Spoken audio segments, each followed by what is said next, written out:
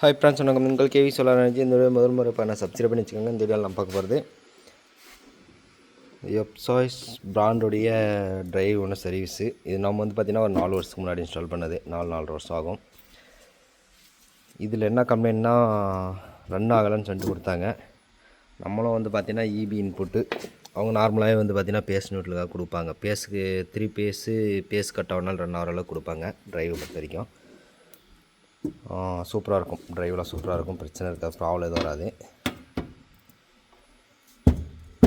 இதில் என்ன கம்ப்ளைண்ட் ஆகிருக்குன்னு நீங்களே பாருங்கள்.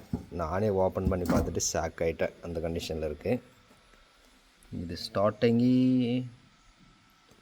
ஒரு பல்லி, இந்த இடம் பாருங்கள், பல்லி உள்ளே போய் செத்துருக்கு. 2வது கொலவி கூண்டு. அந்த ஊர்லேருந்து நம்ம ஊருக்கு கொலவி வந்திருக்கு, கூண்டோடு வந்திருக்கு. ஆனால் இவ்வளோ கண்டுக்காமல் இருக்காங்கன்னா கண்டிப்பாக ப்ராப்ளம் நிறையா வந்தே வரும். பார்த்திங்கன்னா இங்கே ஒரு கூண்டு கட்டியிருக்கு, கொலவி கூண்டு.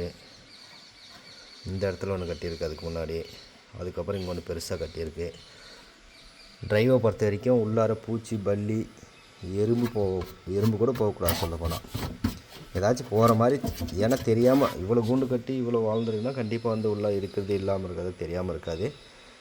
இதெல்லாம் கொஞ்சம் பத்திரமா வச்சுக்கினா மட்டும்தான் கிளியராகவும் என்றைக்குமே ப்ராப்ளம் இல்லாமல் லைஃப் நல்லாயிருக்கும் டிரைவுக்கு.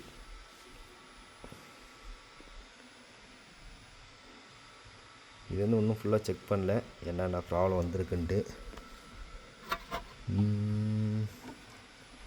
பல்லி போய் ஷார்ட் ஆகிருக்கு, பார்த்தீங்கன்னா தெரியும்.